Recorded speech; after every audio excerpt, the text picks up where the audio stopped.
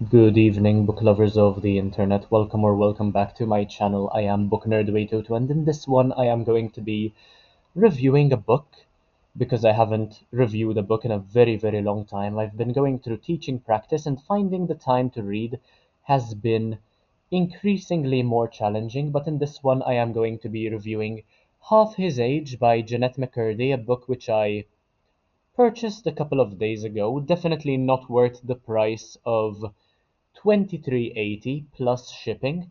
But anyway, I will probably get the money back from the views I get through reviewing this book during this video. Now, anyway, this one consists of about 270 pages, more or less, and I read it in about a week. The chapters are about 3 or 4 pages long at most, and I rated this one a 3 out of 5 stars. Anyway, somewhere between 3 and 3.5 out of 5 stars. And having read and enjoyed I'm Glad My Mom Died, this one a couple of years ago, I will probably put the link to my review in the description down below just in case you're interested. Having enjoyed it, I thought that this one, Half His Age, would be way better, but it was honestly nothing mind-blowing or overly original, despite how well it expressed the human condition, in my opinion. And as you can see, even the cover is very provocative. It's a book which is a lot and a lot about sex for some reason. That is one of the central themes, and I do not usually read these kinds of books anyway, but since Jennette McCurdy wrote it and I've been following her acting since iCarly and Sam and Cat, I thought that it would be a good idea to read what she has to say. I mean, she does have a few unique perspectives on life as well. In several ways, it was reminiscent of The Teacher by Frida McFadden as far as concept is concerned, but on the other hand, it felt as though it was another memoir rather than a made-up story, perhaps a continuation to I'm Glad My Mom Died, a bit of a sequel perhaps to this one, rather than a made up story, a fictional story. Now, some people might argue that writing is not autobiographical, but this is a case where the fact that it is made obvious, especially having a wider perspective regarding McCurdy's childhood and her relationship with her mother, and her having then Schneider as a manager during her acting career. And it's basically about a girl called Waldo, like the whole Find Waldo situation, those books, Where's Waldo books. She is a 17-year-old who turns 18 by the end of the story, and she falls in love with her English teacher, who is approximately twice her age. And yeah, not a very appropriate read for my teaching practice days, I suppose, but I mean, I'm glad I am done with it because I managed to finish yet another book, and it contributed towards my Goodreads goal for reading, I suppose, for 2026. And in a nutshell, it's about wanting stuff that you think might make you happy, but ultimately that dependence on stuff is what is making you upset. And rather than focusing on yourself as an individual, you keep thinking that making purchases will solve your problems. And consumerism has always been a disease, and Waldo is a prime example of a person infected um, by consumerism. Clearly, she consistently buys stuff she doesn't need, and then she finds herself returning the stuff because her mood changes or she doesn't feel as though she's that kind of person anymore. But yeah, being half her English teacher's age was cause for great concern, especially for an aspiring English teacher like I am, especially when considering that Mr. Corgi is a married man and has a kid whose name is Gregory, to my knowledge. He winds up divorcing his wife to be with Waldo. I think I was about to say Voldemort there. Well, it's not too far off. But yeah, he does divorce his wife to be with Waldo, who then flakes on him after being the one to want to be with him to begin with. And no, that was not me rapping, that was just me reading a very well written sentence in my Goodreads review. So yeah, Corgi should have backed off the second he got the chance to, and he, of course, suffered the consequences. And he kind of deserved that to happen to him as well.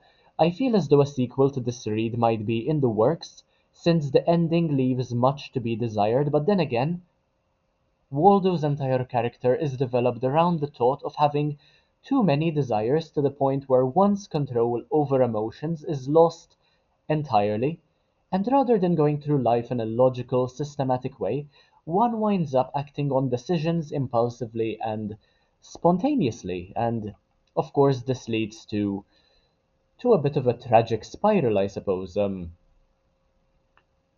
bit of a negative feedback loop.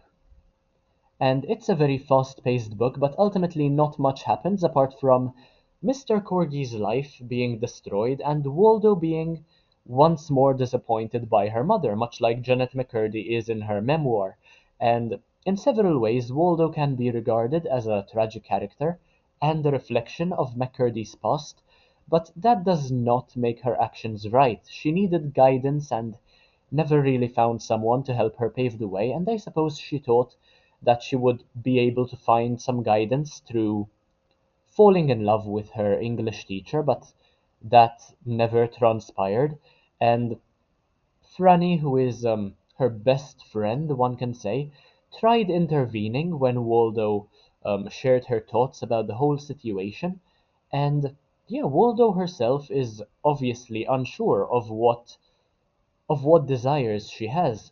Yeah, I found this to be a very provocative read, although made for light reading rather than for mind blowing, and it's come to my attention that this was published less than 2 months ago, and I managed to get my hands on it and finish reading it in less than a week.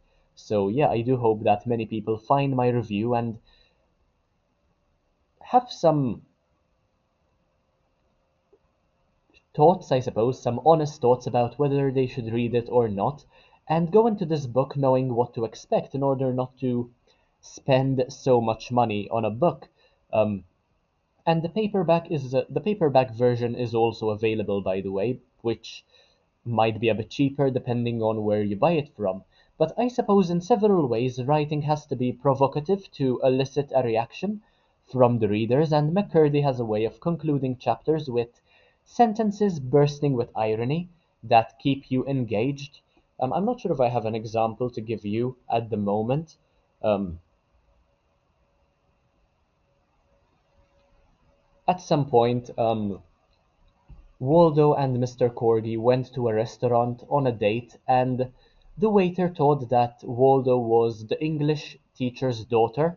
Um, so yeah, that was a very ironic way of ending the chapter because despite it being a wholesome interaction from the waitresses or the waiters end, it was completely dramatic and changed the dynamic between Waldo and Mr. Corgi just because of a single comment. So yeah, the irony was definitely palpable, very tangible there.